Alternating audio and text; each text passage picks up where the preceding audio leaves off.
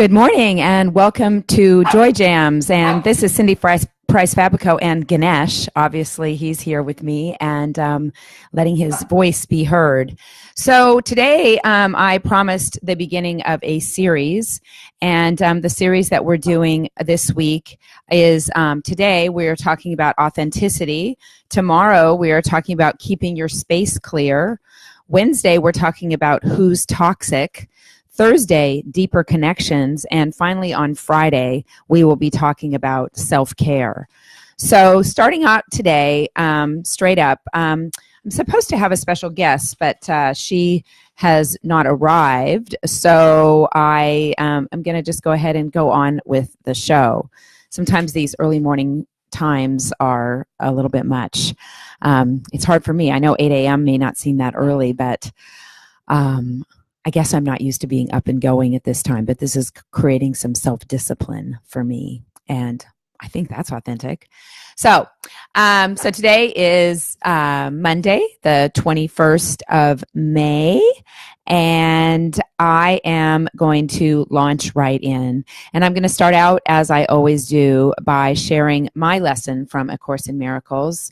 Just any of you who are not familiar with A Course in Miracles, A Course in Miracles is basically a handbook for how to not align with fear in your life, but to be aligned and focused with joy and your authentic self. And so in talking about authenticity, the quote today, or my lesson today for A Course in Miracles, is lesson 141. And this is a review. And so often in A Course in Miracles, we'll do about 20 lessons, and then the book will have a review, which I think is a wonderful way of making sure to reinforce everything that's being taught. Because when you're learning things and you're taking in a lot of new information, sometimes it can feel like a bit of an overload. And so having an opportunity to just kind of slow down, kind of regroup, and go back through what the lesson is.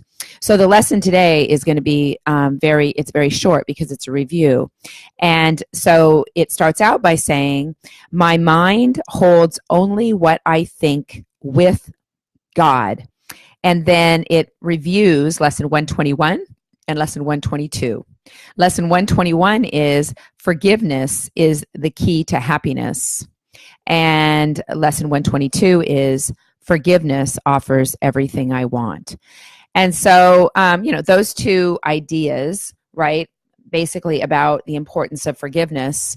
I'm sure if you're a human being, you've had the opportunity to have to decide whether or not to forgive somebody who has trespassed upon you.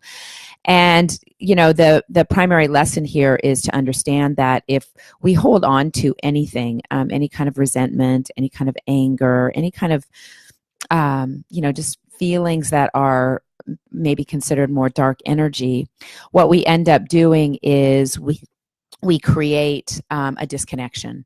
So that's whenever we have this lack of forgiveness, then we're disconnected from spirit. Spirit is where our authentic self is aligned. And in that disconnection, we are focused on our ego, our human part, because what our ego is trying to do is protect us. And so what our ego will tell us is, well, don't forgive that person, because if you forgive that person, then they're going to think it's okay to do something like that again. And forgiveness is for you. Forgiveness is not for anybody else. We forgive so that we can continue to move forward and not be held back by, excuse me, and not be held back by the, isn't this a cute little jar? And not be held back by the things that may have hurt us. And because when we do that, we are separating ourselves from spirit. So let me launch right into this whole talk about authenticity. And so I'm going to start out by, I have this really cool book that I want to show you. And it's called That's What She Said, Wise Words from Influential Women. And I'm going to read you a quote from Patti Smith. Or Patti Smith, I'm sorry. And Patti Smith, who is a rock star. And she was born in 1946. So she's about 15 years older than I am. And what her quote says, and there it is right there. Her quote says, "We go through life, okay?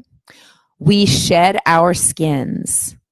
We become ourselves." And so when you think about that, how true is that, right? Because when I think about this idea of shedding skins, what I think about is letting go of the parts of me that I may have developed in order to please others, in order for others to accept me, in order for others to be okay with me.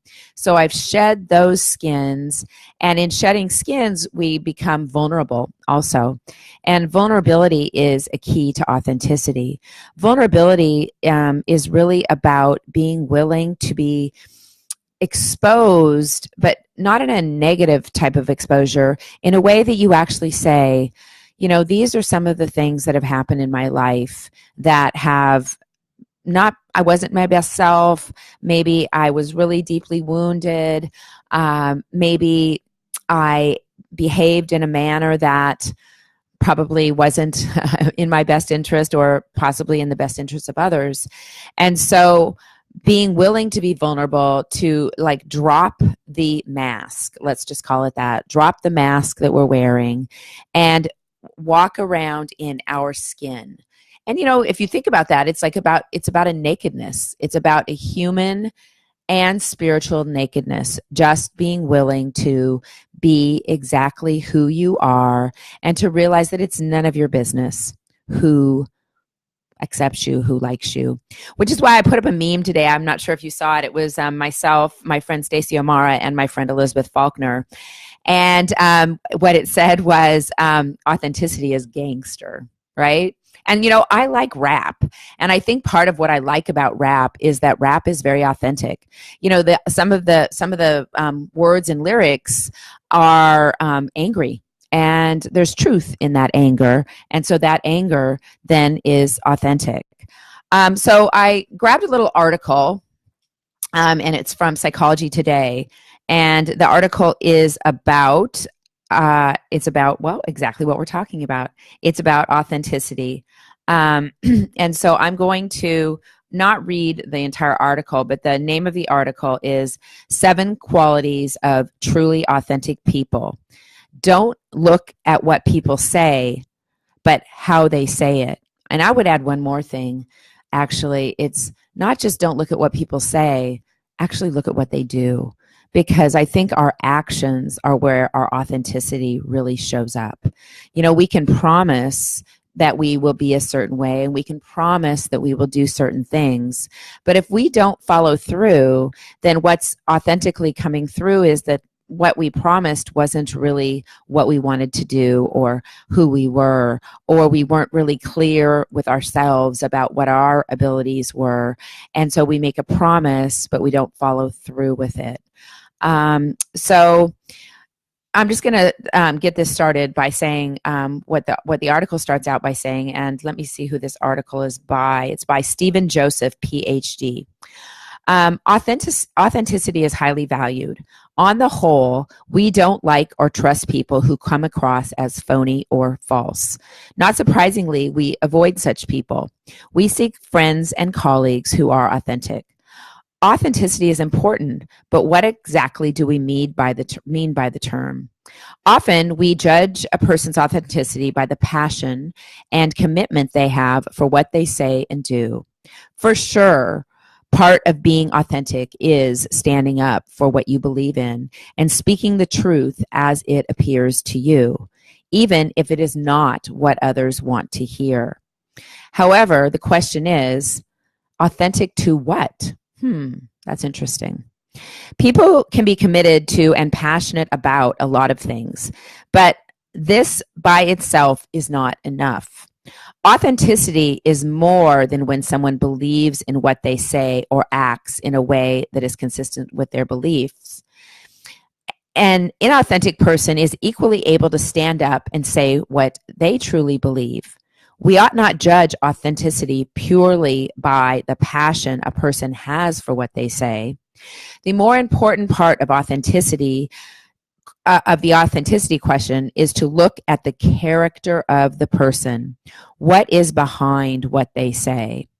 So humanistic psychologists would say that, by definition, authentic people possess a number of common characteristics that show they are psychologically mature and fully functioning as human beings. And so here we go. There's 7 of them. So let's take a look. Number 1, have a realistic perception of reality.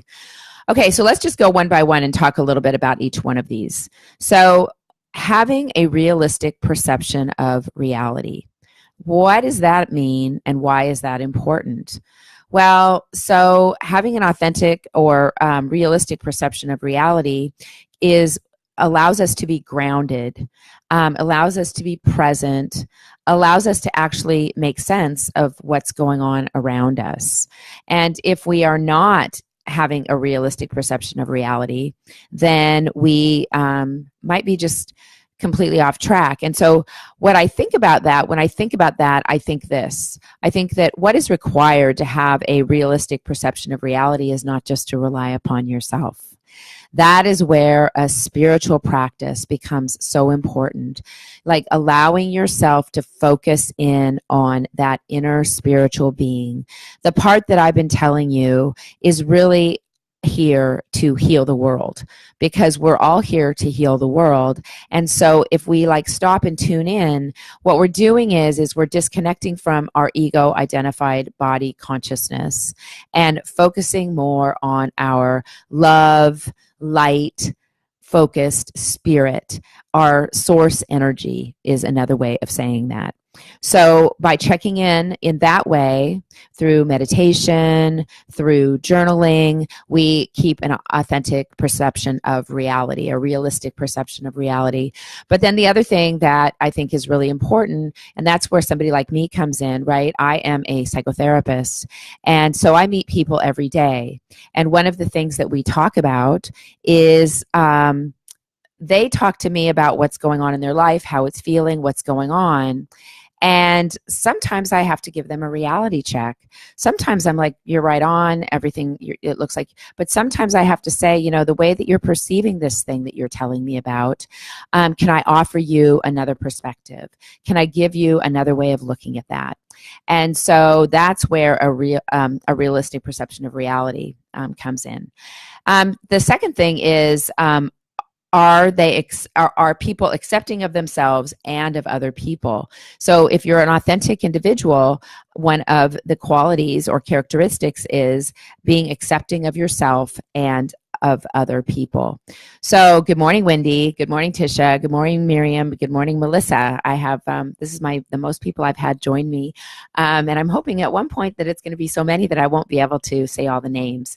But anyway, accepting of themselves and others. Yeah. So, but what does it mean to be accepting? Accepting of yourself and others means, again, you're able to look at yourself, you're able to make corrections, you're able to take input and feedback from others without becoming, what's the word? It's, gosh, I can't think of it. Anyway, where you're going back and forth with people, that becomes a real problem. Number 3, people who are authentic are thoughtful. So now that's one I wouldn't have thought of, that an authentic person is thoughtful. But I think that what that really means is that authentic people have space in their lives to actually tune into others, and not just be tuned into themselves. Because if I'm loving myself, if I'm being real with myself, then I feel energetic and I feel centered and grounded, which gives me a chance to be present in every moment and then be able to look around at the people who are with me and give them my authentic self and be thoughtful. And I think kind is another word. The fourth one is have a non-hostile sense of humor. Okay, so this brings me to this word sarcasm. So sarcasm, some people think it's an art form. I think it's cruelty. Sarcasm is when we aren't able to say what is real or authentic. Okay, here we go. That's the theme. We aren't able to say what's real and authentic. And so we say something that is funny. And it kind of is like, has the point in it without really being direct. And so authentic people are direct. And instead of using humor to communicate, they use actual words that are connected to who they are. Number 5, authentic people are able to express their emotions freely and clearly. Now, this is no small task, people. To be able to express your emotions freely and clearly means that you allow yourself to unhook from your amygdala. Okay, do you know what I mean by that? The amygdala is like in the front part of our brain. It's where our fight, flight, or freeze instincts come from. And you know your amygdala is triggered when you feel your heart racing, you feel your stomach clenching, and basically you feel like, I need to get out of this room like right now. And so oftentimes in those moments, what will happen is, instead of expressing ourselves freely and clearly, what we do is we rage, or we cry, or we do something that is like overly emotional. And I'm not saying crying is a bad thing, but what I'm saying is when there's too much emotion charging a feeling, and the feeling can be very authentic, but how we communicate it may not be. And so what we want to be able to do is make sure that we are that we're centered and grounded, and so that when we express ourselves, we can be clear. So back to that triggered amygdala, that fight, flight, or freeze instinct. Most people aren't aware that once that's triggered, it takes 20 to 30 minutes for us to get back into our cerebral cortex, back into that part of our brain that is reasoning, can think through things, can see things clearly. And so this is one of the things I talk to my clients about a lot, which is that, that idea of, we're going to sit here and we're going to talk it out. We're going to like, not when your amygdala is triggered. So what I recommend to people is, if they find themselves being triggered, that they say to the person or partner, I'm feeling I'm feeling sort of activated. And so what I would like to do is take a little space, and then we will get back and actually give a time for when we'll get back and talk more about what's being discussed. And what I recommend people do in that time that they walk away is that they actually sit with themselves, and they maybe journal, maybe meditate, and like write out their feelings, so that when they sit back down with the other person, what they can do is they can actually express themselves, as this says, freely and clearly. So they're saying everything that they mean, and some things that they say may not feel good to the other person. So what I highly recommend is always taking that time. You've been in one of those kind of conversations that just goes on and on and on, because everyone keeps every word triggers you. You pick up on one word, you expand that word. Everyone knows what I'm talking about here. Number 5, open to learning from their mistakes. Yeah. Okay. Is there anyone out there who doesn't make mistakes? Who doesn't do the wrong thing, who doesn't say the wrong thing? And so, speaking of triggered amygdalas, sometimes we don't have the presence of mind to step away, and we say things. We're saying those things from a place of fear. And so if we can go back to people and say, like, listen, I am really and truly sorry for what happened earlier, and can we move forward? And finally, number 7, authentic people understand their motivations. They know why they do what they do. And so then they stand behind it. So they're really there and present in their selves. So those are some things about authenticity. And what I encourage you to do today as you go through the day is to, think about these things that I'm sharing, and think about, are you being authentic? I'm going to read a William Wordsworth quote about authenticity before I move on to my reading from Mark Nepo's book, which I've been reading to you every day, the Book of Awakening. So what this William Wordsworth quote says is, "Our birth is but a sleeping and a forgetting. The soul that rises with us, our life's star, hath had elsewhere its setting, and cometh from afar, not in entire forgetfulness." So I don't know, just sit with that. Actually, I'm going to read that again because I think there's some really important words here. Our birth is but a sleep and a forgetting. The soul that rises with us, our life's star, hath had elsewhere its setting, and cometh from afar, not in entire forgetfulness. So for me, what this is really saying is that we come pre-programmed to do something here in this world, whatever you want to call that, your life's purpose, your passion. But in the end, it's really about your authenticity. Your authentic self is here to do something in service of healing the world, using the unique gifts and talents that you've been given and then have had the courage to develop. So knowing that, and then this piece about not in entire forgetfulness, one of the things I talk about is the fact that I believe that spirit inside of us is ever present. And if our ego becomes too strong, we damp it down and we maybe lose some connection with it. But if we can stay in balance, then we can always remember a little bit of what we're here to do and what our authentic self really is.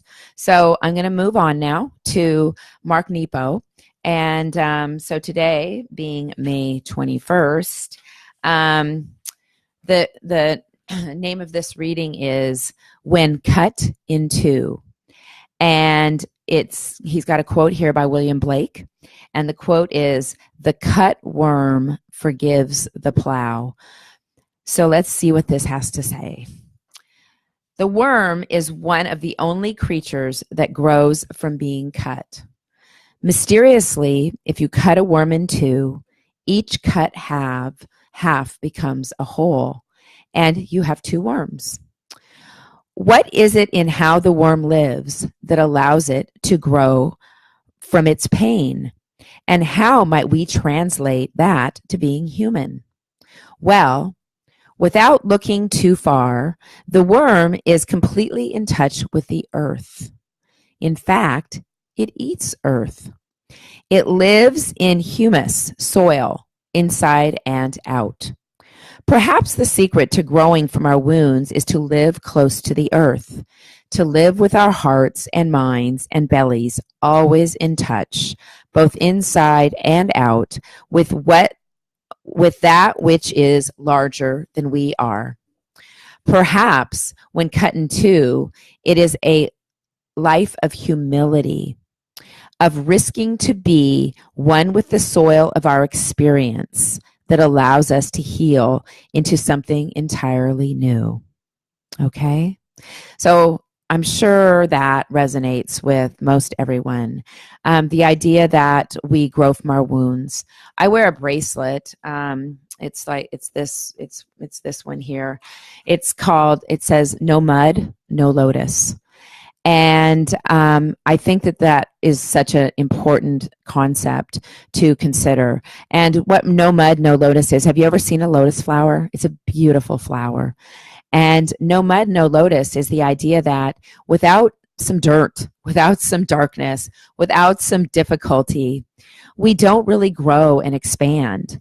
And those challenges, those difficulties are the things that are the juice of our life. And as Dr. Brooke Stewart taught me, even though I should have already known it, everything happens for you. Nothing happens to you. No mud, no lotus. I mean, all these things mean the same. And everything is kind of connected in what we're talking about here. So what Mark Nepo recommends for this practice is center yourself and meditate with kindness on a place where you feel cut in two. Inhale deeply and bring the universal air to this raw and tender place. Inhale thoroughly and let the elements infuse your wounds with the atoms of a new beginning. So that says something, doesn't it? I'm going to pull from my box of cards that like I've been doing each day, and these are Power Thought cards from Louise Hay. And so I'm like shuffling, and then I'm going to grab something out of here. Okay, good. We got a new one because we got a couple of the same ones for a couple days, but this is a brand new one. So let's see what this says. I am safe in the universe, and all life loves and supports me. I am safe in the universe, and all life loves and supports me. And so then on the back, oh, look at this. I grabbed two. Okay. So then on the back, it says, I breathe in the fullness and richness of life.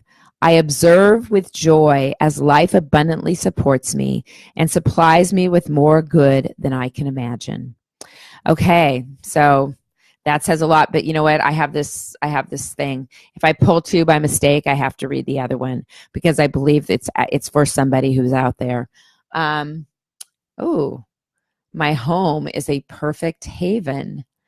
And on the back, it says, I bless my home with love. I put love in every corner, and my home lovingly responds with warmth and comfort. I am at peace. So let's just breathe in. And I am going to, okay, so Shelley wrote tattoo it because I've been talking about getting the no mud, no lotus as a tattoo. So yes, maybe I will, Shelley, one day. Okay, so let's just finish up with our mudra for the day. And our mudra today is the Agushtha mudra, which is the gesture of the thumbs, and the core quality is inner listening. So I wonder why I picked this card.